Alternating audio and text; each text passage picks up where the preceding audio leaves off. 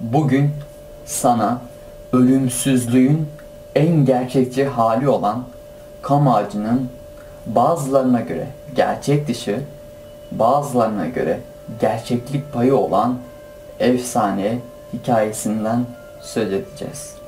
İnsanların ruhuna, aklına ve bilgisine iyi gelecek videolarımızın artması için bu videoyu beğenip paylaşman bizim için çok önemlidir. Ayrıca kanalımıza yani ailemize abone olup daha büyük bir aile olmamıza vesile olabilirsin. Hadi başlıyoruz.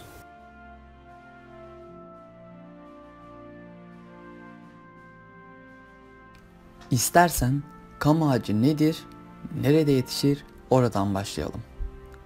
Kam ağacı Bağdat'ta Altahra kasabasında yetişir. Altahra denilen yer Hz. Adem babamızla Hz. Havva anamızın cennetten elmayı yedikten sonra kovulup dünyaya geldikleri ilk yerdir. Altahra Cem anlamı sonsuz uyku demektir.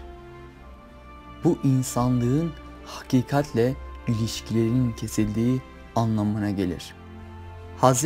Adem babamız burada ilk evini yapmıştır. Evi yaparken de kam ağacı kullanmıştır. Kam ağacı asla ölmeyen bir ağaçtır. Yakamazsınız. Çünkü yanmaz. Tek bir şekilde ölür. Eğer kam ağacının yanına kendisinden daha büyük bir şey dikerseniz, diktiğiniz şey bina olabilir, ağaç veya herhangi bir şey olabilir. Onu geçmek için hızla büyümeye çalışır ve geçemezse gücü tükenip ölür. Nasıl efsane olmuştur? Aslında efsane olması Hz. Adem babamızın ev yaparken kam ağacı kullanmasından başlar. Çünkü Hz. Adem babamızın ev yaparken kam ağacını seçmesinin tesadüf olamadığına inanılır. Bu yüzden imparatorlukların tahtları hepsi kam ağacından yapılmıştır.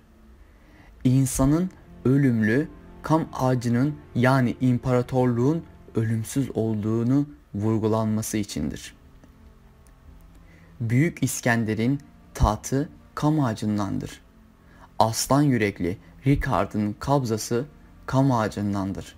Hatta Hitler'in dolma kalemi bile ondan yapılmıştır. Peki İstanbul'un fethi sırasında kam ağacının önemi nedir? Efsaneye göre Napolyon Mısır seferine çıkma nedeni Isaac Christian Novak'tır. Çünkü Macar asıllı Novak bir kimyagerdir. Ölümsüzlükle ilgili bir kitap yazmıştır. Fakat kilise Novak'ı yakarak öldürmeye çalışmışlardır. Ama Novak ölmemiştir. Bağdat'a kaçmış ve burada kam ağaçlarını bulmuştur. Novak Macar asıllı olan Urban'ın ustasıdır aynı zamanda. Novak kendisini yakan kiliseden nefret ettiği için İstanbul'un düşmesini ister ve Urban'la yazışmaya başlar. Ona kam ağaçlarını anlatır. Bunun üzerine Urban tonlarca kam ağacı getirir ve bunlardan İstanbul'un fethi sırasında kullanılacak 14 tane büyük top hazırlar. Bu toplar kullanıldıktan sonra bir daha bulunamamıştır. Daha sonra Novak Müslüman olduğunu söylemiştir ama aslında olmamıştır. Sadece göze batmak istememiştir. Çünkü ağaçların bulunduğu arazileri satın alıp kam ağaçlarının hepsini kesiyordu. Bir süre sonra halkın gözüne batınca sürgün edildi. Peki Novak ağaçları ne yapıyordu? Novak ağaçları kesiyordu. Çünkü yiyordu. Yemekten maksat normal yemek değil. 25 metrelik bir ağaçtan 22 gram öz çıkıyordu. Yediği ağaçlar sayesinde Novak hızla gençleşmeye başladı. Beyrut'a gitti. Dönemin Fransa kralına gidip ölümsüzlüğü vaat etmiştir. Ama karşılığında kilisenin tamamen ortadan kaldırılmasını istiyordu.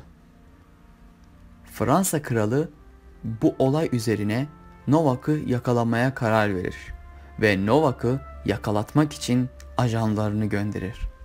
Ajanların en büyük silahı ise bir hançerdir. Ama bu hançer sıradan bir hançer değildir.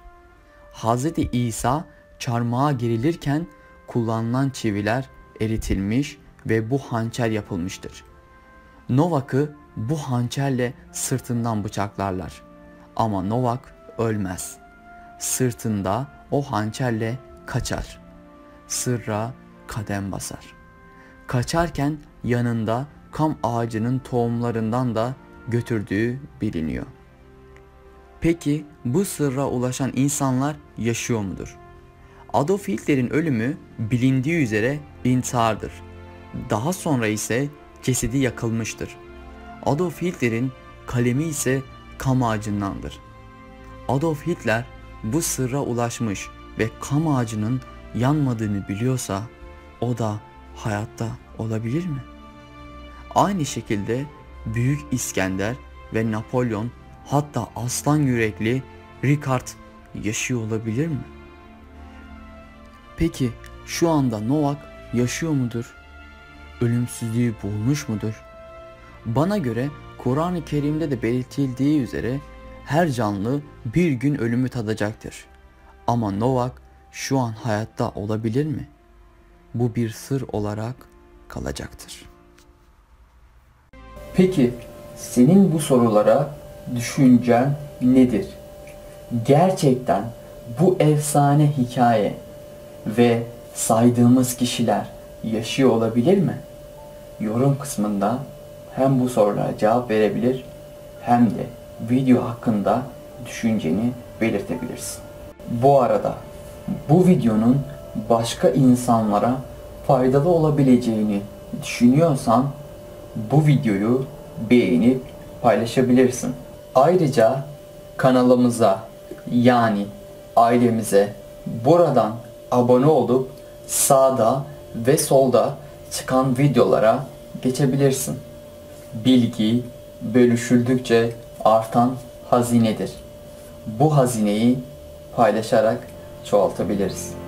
En güzel emanetsin. Selametle.